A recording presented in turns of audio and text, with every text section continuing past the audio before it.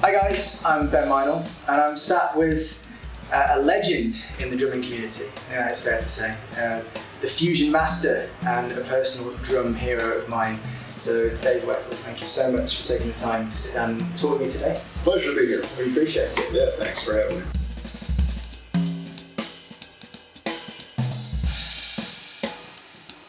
So what does it feel like getting back? Getting back with the trio, getting back with Chick? Everybody's gotten better. Everybody just keeps evolving. Yeah. And Chick included. I mean, he's 77 and he's playing better than he ever has. It's great. So it's a little bit of the old rocking chair feeling, but at the same time, it's on a higher level than it's ever been.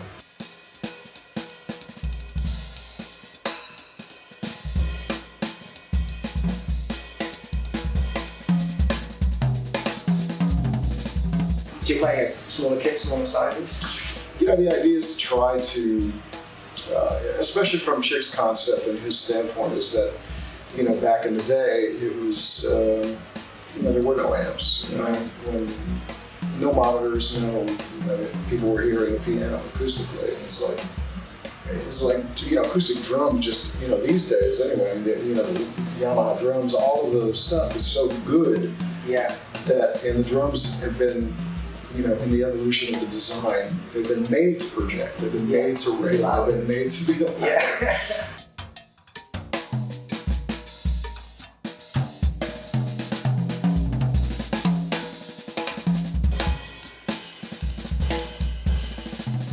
I've heard you describe your playing as trying to approach it from a melodic perspective and not just a rhythmical perspective.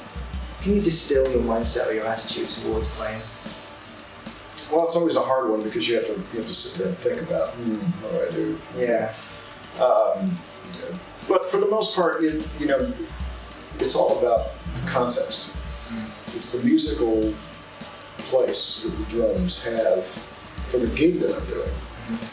It's not just about me and the drums. It's about how the drums and I fit into the musical situation that's happening.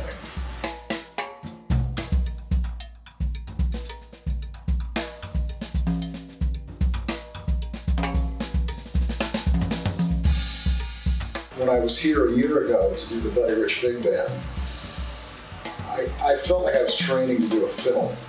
Okay.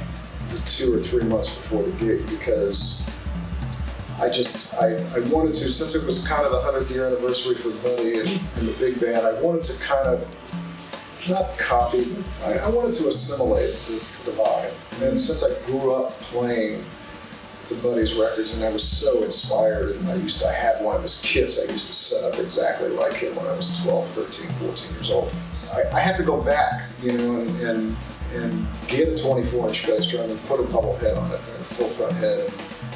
13, 16 of these drums were bigger than any drums I'd seen in a while. And I wanted to play that vibe, that sound, be in that role. Not play like him, that's impossible anyway. But be authentic to what it is. Be authentic in that sense, sound-wise and just the approach. Yeah.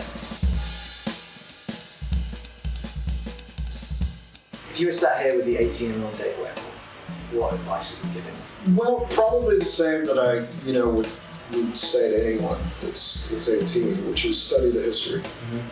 Do your best to try not to put yourself in a place where you have too many responsibilities too early, because it takes time, and you sort of have to live a selfish life while you're young, in my opinion. Save the responsibilities for later, because the more money you have to make, the more it forces you to have to work to find a job, and a lot of the times that's not easy to do when you're starting out musically. Yeah. And to think, wouldn't be a bad idea also to study music, not just drums. Learn how to play piano, guitar, whatever you like. So it never ends to try to always keep improving, keep bettering yourself as a musician, as a person.